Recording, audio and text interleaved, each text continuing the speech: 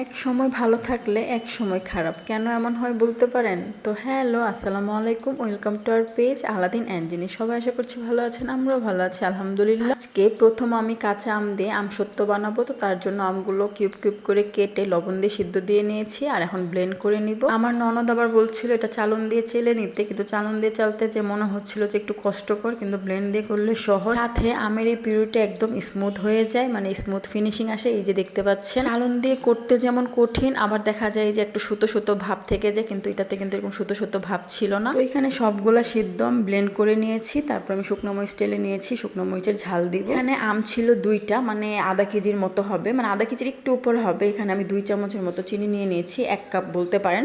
তো এই চিনিটাকে ভালো করে ক্যারামেল করে নিচ্ছি। আমরা যে পুডিং বানাই, পুডিংয়ের জন্য যেভাবে ক্যারামেলটা করি ঠিক সেভাবেই করছি, যদিও আমি রাইস কুকারে করে নিয়েছি।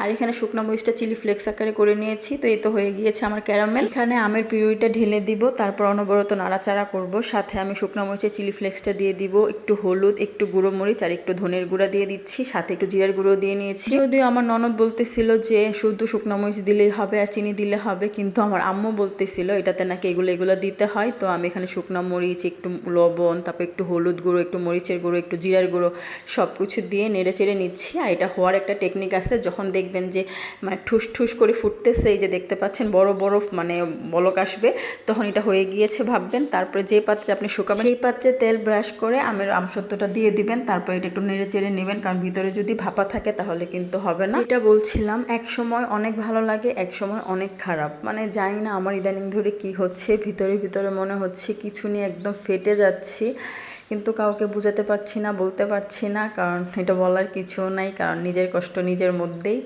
আমার জীবনে একটাই কষ্ট, হয়তো আপনারা জানেন। আর এই তো দেখতে পাচ্ছেন ট্রেটা আমি মানে বাড়িয়ে বাড়িয়ে নিচ্ছি, যাতে ভিতরে মানে ভাপা না থাকে। তো এটা আমি প্রথমে যেহেতু সন্ধ্যার দিকে বানিয়েছি, বাতাসে শুকাতে দিয়ে দিয়েছি।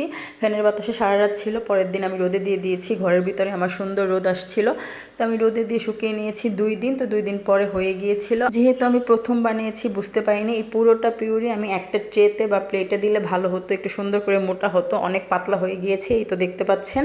তো এগুলোকে আমি কেটে নিব। আর এই যে দেখেন পাতলা রিয়াটা অনেক পাতলা হয়ে গিয়েছিল।